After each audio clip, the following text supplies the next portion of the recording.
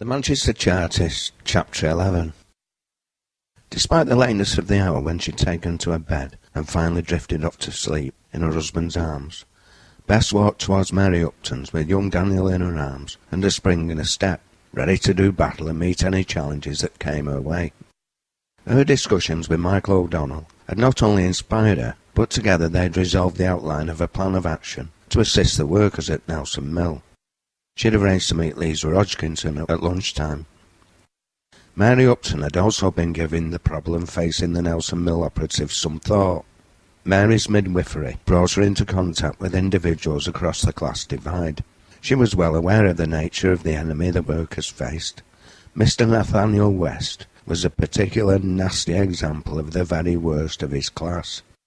A man who, for all his apparent grace and manners, and his ever-so-charming wife, nonetheless engaged in sadistic and immoral acts with any member of the opposite sex he could persuade to indulge him. He was also as tight-fisted and avaricious as any devil this side of hell. Irene Rose had also risen early, eager to inform Bess of her findings at Quarrybank Mill, and to make some practical suggestions to both Bess and Mary as to other uses they could put Mary's barn to, which she believed would be of long-term and lasting benefit to the mill operatives. Thus the scene was set for further foundations to be laid upon which to build the general project Bess and Irene Rose had already agreed. By the time Bess returned to Mary Upton's to provide young Daniel with his breastfeed, Irene Rose sat at the kitchen table, sharing a pot of tea with the midwife Charlotte and Clara. She greeted the spinner and poured her a cup of tea. "How did the visit to Cheshire go?" Bess asked. Irene Rose laughed. "Hasn't Daniel told you?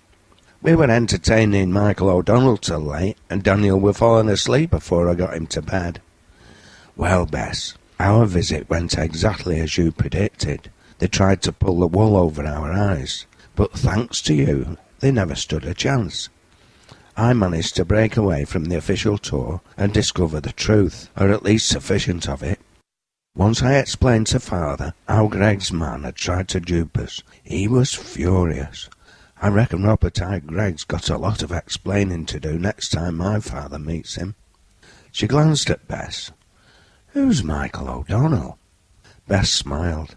"A most amazing, cultured and handsome Irishman, an official of our union and a Chartist to boot." All the women suddenly looked alert. "He sounds interesting," Irene Rose replied quietly. "They'll maybe get to meet him soon, Rose. He plays fiddle and sings, and he's offered to organise a music session for us, free of charge, if we use it to raise money for Nelson Mill workers." "Why do they need money, Bess?" "'Cause they may be organising a turnout sooner than later," Charlotte informed her. "A turnout?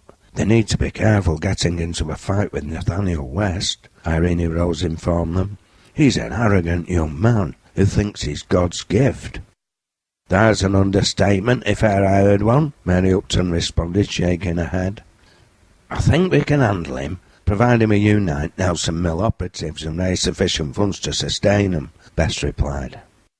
"West will do anything to defeat a turnout," Irene Rose warned. "He'll bring in knobsticks without a moment's hesitation." "We thought of that, with plans to make Mill inoperable," Bess responded mysteriously. "I needs to speak to Lisa in lunch break." "I've been thinking how I can help," Mary said. "If worse happens, we could convert barn into an eating house and provide victuals cheap. Operatives will need feeding, won't they? It's hard for folks to fight on empty bellies." "We'll need outside help and funds," Irene Rose pointed out, eager to be involved. "Maybe I can involve some of my friends from the Chorlton-upon-Medlock branch of the Manchester Women Chartists." "We've time to make arrangements yet," Bess assured them. "First job's to organise women and men into union. We mustn't run afore we can walk." Once the three spinners had returned to the mill, Irene Rose broached the subject of using the barn to provide food for the Nelson Mill operatives. Mary informed her she hadn't really thought it through. It was a suggestion she'd made on the spur of the moment. "Nonetheless, it's a good suggestion," Irene Rose pointed out. "But I think if you're willing to allow the barn to be used, we should think of something more permanent. Well, the barn's gone into waste, and I reckon we shall put it to good use, Mary responded. She poured herself a cup of tea and passed the pot over to Irene Rose. What are you thinking, Rose? I'm thinking it would be nice to have a tea shop, somewhere open to all the mill workers, where they can obtain refreshment and decent basic food, either to eat here or to take away with them. It would need to be open during their meal breaks. We could call it Mary's Kitchen. We need money to get it off ground, Rose. I've been thinking of that. Let's see if you think this makes sense to you. Mary Upton listened patiently and with increasing interest as Irene Rose explained her ideas. There you are, Rose. I thought you'd have been down at Mary Upton's to see Bess and her friends. It's almost 1 o'clock. Irene Rose shook her head. No, not today, Father. I'll be going later. Matthew looked at his daughter. She was studying a pamphlet. She sounded serious and slightly preoccupied. Is something worrying you, love? She glanced up at him, pushing the pamphlet away from her, and smiled. No, Father, just thinking. I'm working on a new project. He sat down opposite her. Would you like to tell me about it?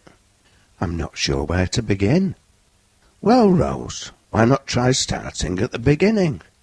That's it, Father. I don't know the beginning. She shook her head and smiled at him. I'm being silly. It's about nutrition. We all need food. Without it we can't live. Those who work hardest need more energy than those that don't, so they need more food. Yet those who work hardest in our society get the poorest quality food, and they don't get anywhere near enough. Matthew nodded and waited patiently, whilst Rose gathered her thoughts. What day do you pay your workers their wages? On a Saturday, the mill owner responded. It's traditional, everybody gets paid on a Saturday. Yes, Father. That's one of the reasons why they end up with the worst food. By the time they're able to do their shopping, all the best food has gone. The middle classes always have money and most shop on Saturday. By the time the workers get to the shops after they've finished work, everything decent's sold. They're left with the rubbish. And on a Sunday all the shops are closed. I must admit it never crossed my mind, Rose. Why should it? You were never good at shopping, were you, Father? No, he said, shaking his head. I never was, Rose. Well, I hadn't thought about it either, but then I didn't have any friends who were mill workers before. She looked at her father for a moment, wondering if the time was right to put her proposition to him. She decided the time was right. Father, could you loan me £50? I wish to invest in a business enterprise. I think I can afford to pay you the sum back over 2 years and pay interest at 5%. Compound interest? 5% a month? No, Father, simple interest, 5% a year. Matthew grinned and then frowned. You won't get a loan on that basis at a bank. Irene Rose laughed. But whenever I ask you to buy me a new bonnet or a pair of fashionable boots, you always tell me you're not a bank, don't you? Matthew gazed into his daughter's eyes. I think you should tell me exactly what this business enterprise is all about. Irene Rose's proposition had the advantage of simplicity. Through her contacts with Bess, she discovered the typical mill worker's diet consisted of a cup of tea and a piece of bread for breakfast. The tea was usually weak and of poor quality, and often adulterated. They added milk sparingly, if at all. The higher-paid workers and those careful with their diet had oatmeal porridge instead of bread.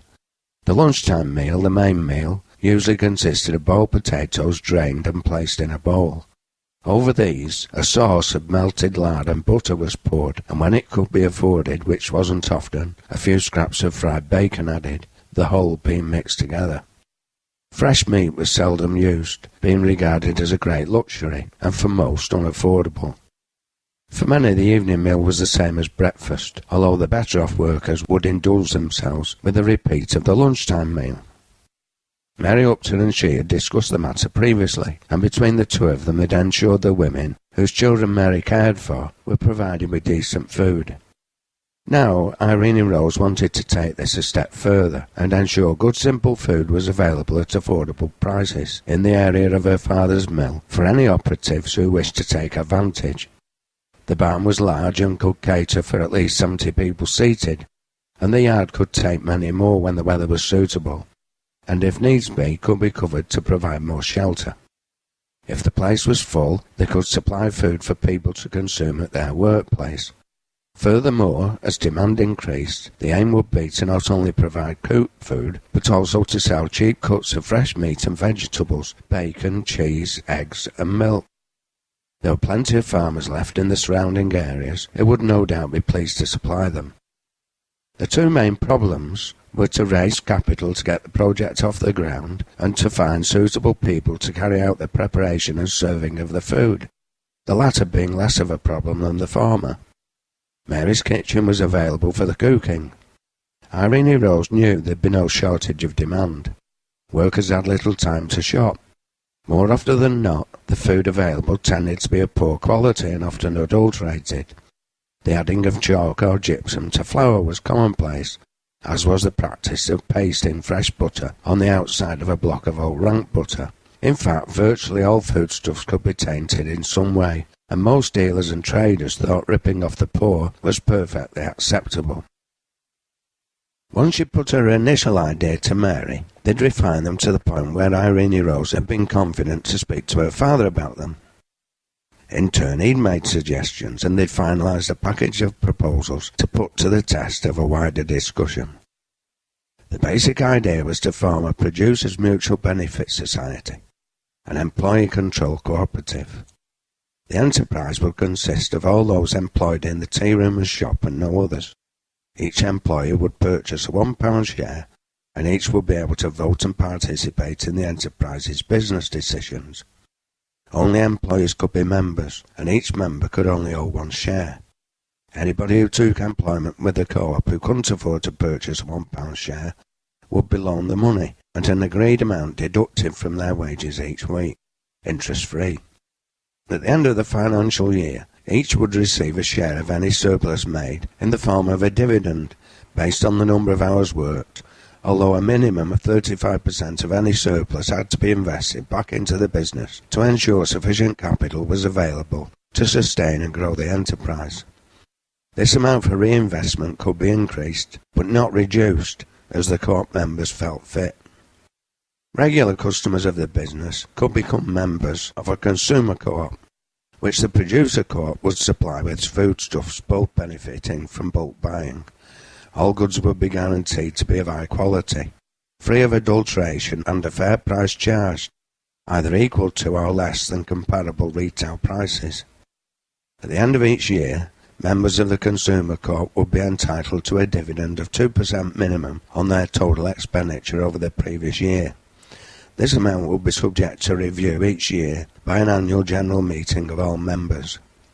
Matthew had assured his daughter he'd provide her with the initial capital she required and indicated, if required, more would be made available, providing the enterprise's books were subject to independent and regular scrutiny by a minimum of 2 auditors. He also offered to make Daniel Ackroyd available to organise and oversee any constructional work necessary. This agreed, Irene Rose set to work, drawing up detailed proposals to put before Mary, Bess, Clara and Charlotte for their comments and advice.